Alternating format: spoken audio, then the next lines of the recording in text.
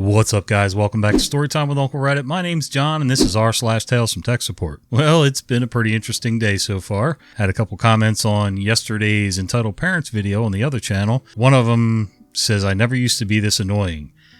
I don't know that I've changed, but maybe. Evidently, it was over the fact that there was an acronym, NC, capital NC, and my brain went immediately to North Carolina in the story.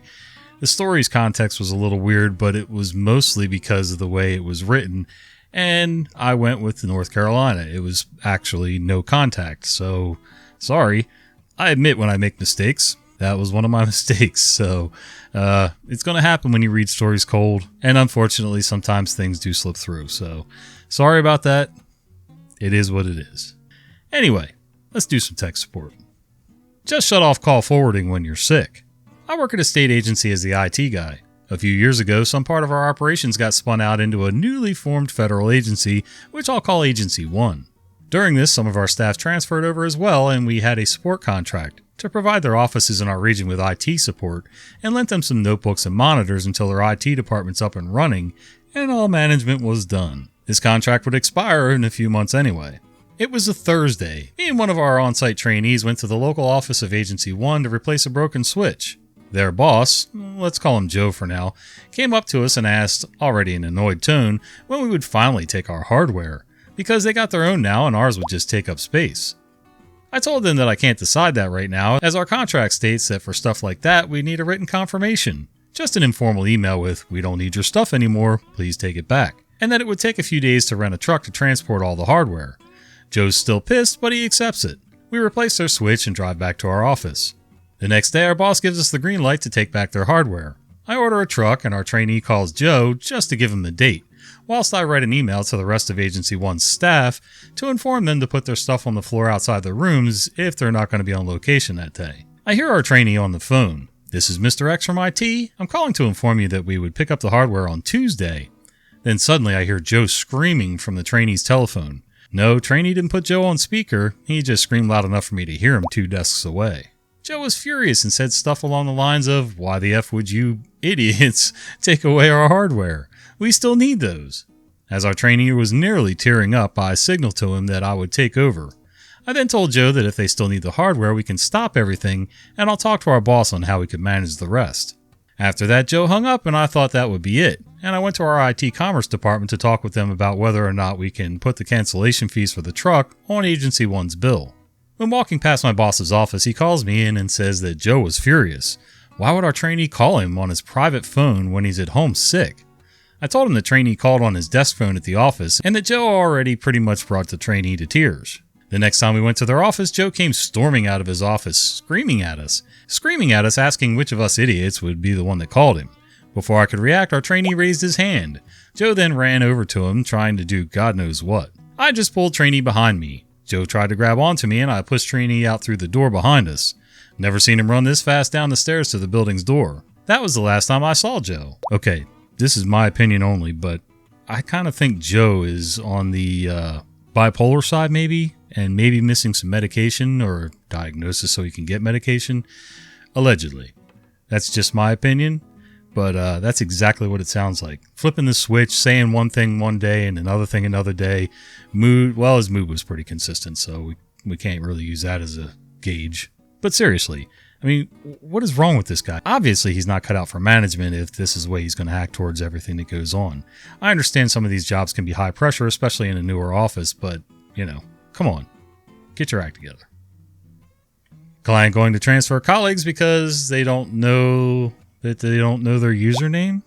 For some context, I work help desk as a student worker who's currently in college studying IT. Like with most universities, we have a lot of online students. Recently, this semester, we rolled out 2-factor authentication, and it's been causing some issues, but for the most part, they can resolve it in 2 minutes. I had a lady call and say that she needs a bypass code. When they get to this bypass code screen, that means they didn't activate it on their phone in time, and we need to activate it for them. We can find users by 2 ways, by their username and by their phone number. If they didn't enroll with their phone number, we can just add it with their username, but they'll need to know their username. Lady calls, tells me she's seeing this bypass code screen. I ask her for her username and she doesn't remember. Mind you, she just logged in if she's seeing this screen. So I ask for a phone number and it doesn't pop up in the system. I asked if she recently changed it and she said no. I said, is there any way you can remember your username because this is the only way I can activate it then. She legit told me F that crap. Been dealing with this stuff for 2 months now. Midterm is next week, by the way. I'm just going to transfer to this other school because you guys are effing useless. My first thought is you couldn't get in for 2 months. Now, why are you just calling in? Were you missing classes for 2 months and you didn't think to contact anyone? And plus the refund period's passed. I don't think you're getting your money back. The good news is I probably won't have to deal with her again. It sounds to me like, somebody's fairly fresh in college and still not out of that party phase. Some people never get out of the party phase, let's face it. But it doesn't sound like she really put a whole lot of effort into anything at school if she couldn't even be bothered for 2 months to remember her username, password, whatever. So some people are entitled enough to think that we, the rest of the world, should have them covered with everything. I have a feeling if she ever gets pulled over by the cops, everything will be everybody else's fault except for her. Oh, and she'll know her rights. I know my rights. I was family tech support. While still living in Pennsylvania, we had given my mom my significant other's old MacBook Pro when we upgraded. We moved off to Seattle. That's a 3-hour time difference. One morning, we were both getting dressed for work when she called. Abnormal because no one calls me unless someone's in the hospital. Sometimes not even then. Dead, sometimes not even then. Or in the hospital, sometimes not even then. Did they repeat hospital twice? For the life of me, I can't recall what she said was happening with the computer. I'm trying to probe information out of her while getting dressed. On the way to work and as I walk down the hall to the office door. Then she says something that makes me ask, are you still using the MacBook? Her, no, it died a while back. Me, having died inside and joined the MacBook in the 8th level of hell, Mom, how are you following my instructions? Her, I know you're a Mac person, but... Me, that has nothing to do with anything, they're very different in... And she cuts me off and says, fine, I'll never ask you for help again. And she never has. Problem sorted. What's the issue? She took care of it herself. She won't ask you for help anymore. He gave her a MacBook when you upgraded. And instead of just asking a reasonable question and getting reasonable help, she just wanted to play this poor me game. Another one that takes no responsibility for herself, evidently. I hate when people want to try to play with your emotions and say, oh, no, never mind. I just won't ask you for help anymore. Oh, yeah. You're hurting me a whole lot here. Don't threaten me with a good time. Getting my 70-plus-year-old aunt to connect to the internet. I got a phone call while at work on Tuesday. My aunt's computer wasn't connecting to the internet. I said call back the next day when I'm not at work. It's about 8 a.m. the next day, Wednesday. While still very asleep, I got rang up.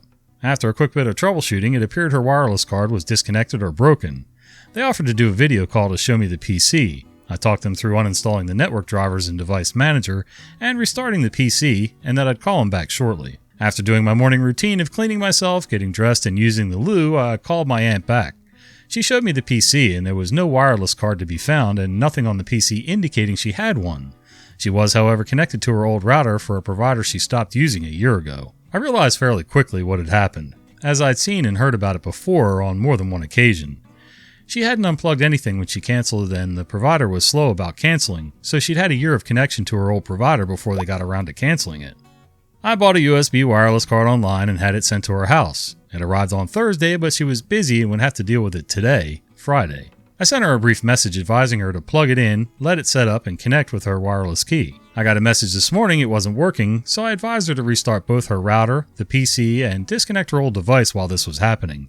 This fixed her problem, and she's now connected. Yep, my 70-plus-year-old aunt, who to be fair isn't that bad when it comes to computers, and her Photoshop skills are superb, she has a hobby of restoring old family photos, managed to pretty much set up her own wireless connection, having not done it before with very little help once she had the right tools. I'm very proud of her. She only needed a little bit of help as she carried out the wireless adapter and network setup flawlessly. Well, that was wholesome. You know, it's funny, not all older people are totally tech inept. I find that there's certain things that I'm lagging in because I don't use certain things anymore, or things have changed technologically since I've, dove deep into some of this tech stuff. It's funny because until I got this PC tower here, I never knew what an M.2 drive was. I never had one. So it really didn't matter to me. Actually, I may have had one on one of my laptops, but I never opened it up, so didn't really look, didn't really care. But now that I know they exist and their prices are comparable and they're small and they run well and they're fast, any external drive I get from here on out is going to be M.2. So love that. Anyway, You can teach an old dog new tricks, and sometimes the old dog already knows the tricks. They just need a little push to get started. Whack, whack, whack. So a few days ago, it was a fairly normal day in the office. My compadre and I are busier than usual. We're finalizing setup upstairs for a training meeting next week that required us to scrounge up every unused PC that isn't an antique, preparing a package to get a new location opened. And that's all on top of tickets that range from daily database maintenance to helping the hapless to get the occasional hair puller, where we have to try and get help from vendors that don't exactly have the best customer service. All in all, we're pretty focused on our workload. Meanwhile, whack, whack, whack. We hear a manager who's in the office from their store this week hitting his phone to try to get it to work. It's not abnormal to hear percussive maintenance going on from time to time. Folks getting frustrated with their mice or keyboards when their PC locks up for a few seconds while processing something. So we mostly brush it off. I wind up taking a long call to resolve some issues at another store. Whack, whack, whack. Still on the call, trying to sort out some connection issue with a printer or scanner if I recall. Whack, whack, whack. The manager's starting to just continuously beat his phone. It's getting to the point where it's hard to focus on any other work. Whack, whack, whack. Finally, I get up and check what's going on. This guy is repeatedly whacking the phone, not on the edge of his desk, but on his cane, all because the screen won't respond. I wonder why. And he's trying to turn off the flashlight feature. I take the phone, use the buttons on the side to turn the phone off and back on, deactivating the flashlight, and hand it back to him. Yeah, I'm all about percussive maintenance once in a while, but I find that most modern devices really don't like percussive maintenance. Old printers, no problem. Pick it up as flat as you can, let it fall on the desk from a height of about 4 to 6 inches, and it would straighten a lot of alignment stuff right out. Old CRT monitors or tube TVs, nice little slap to the side or a kick if it's a big console set, and usually your settings would reset themselves and everything would be fine for a couple weeks. New flat screen monitors and all this other stuff, yeah, it does not appreciate any of the abuse for sure. So, yeah. There are still some old machines. I've got a fan in this window behind me. It's one of those little 2-blade fans, for drawing air in or pushing air out. And one of the blades, the bearings are starting to go in it. And once in a while, I stick something in the bird cage there to get the fan turning manually with like a pocket knife or a ruler or something. And most of the time, the fan will start turning on its own and everything's fine as long as it's running. Sometimes even that won't help. So I pick up the fan and slap it on the windowsill a couple times and it fires right up. Of course, it's been percussed so many times now that there's a loose bracket in there that's kind of floating around inside. And if I tip it the wrong way, the bracket actually stops the fan blades from turning. So, yeah. Now, I guess it's time to buy it. Oh, hello. I guess it's time to buy a new fan. This is Dimey, in case you didn't know. He's one of our more neurotic cats. Maybe he'll hang out for a little bit. When bosses make ridiculous assumptions. I've had the same from 2 bosses as 2 different clients this week, and it's driven me mad. Case 1, the phone system that went wrong. My company attempted to deploy a new phone system for a client with a very angry boss. He also believes himself to be a technical guru, when in fact he's not. I get called into these things as I understand networks. I'm nothing to do with phone systems themselves. Long story short, the phone supplier's provisioning server had some incorrect information that was causing half the phones to home to a phone server address from years ago. However, at 10 p.m. at night, the people deploying this didn't know it, and so the boss of the client is searching for any reason for this to be happening. And he thinks he's found it. No, he doesn't think. He knows. He's on the Meraki config. He's checking the difference between the port config of a phone that is working and one that has come up with the wrong configuration. He's found a difference. RSTP is set to forwarding on the port on the working phone and is disabled on the port of the non-working phone. The boss is in angry mode, which means if he doesn't understand something, he gets even angrier. It took 45 minutes to explain to him that the settings for rapid spanning tree protocol for those phone ports would have absolutely nothing to do with why phone 1 has pulled the correct config from a provisioning server on the internet, and why phone 2 has pulled the incorrect config from the same provisioning server on the internet, and to give him a breakdown of what RSTP actually is.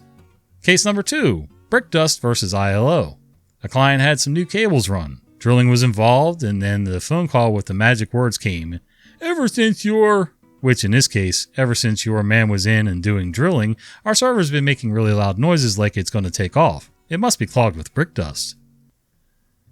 I'm typing this right now on the site. I took the case off. A minor bit of dust clogging, but no brick dust. Gave the server a dose of air duster just in case. Then what do we see? ILO errors. The flash in this 7-year-old server is going, and the ILO errors that align with the fans going into takeoff mode.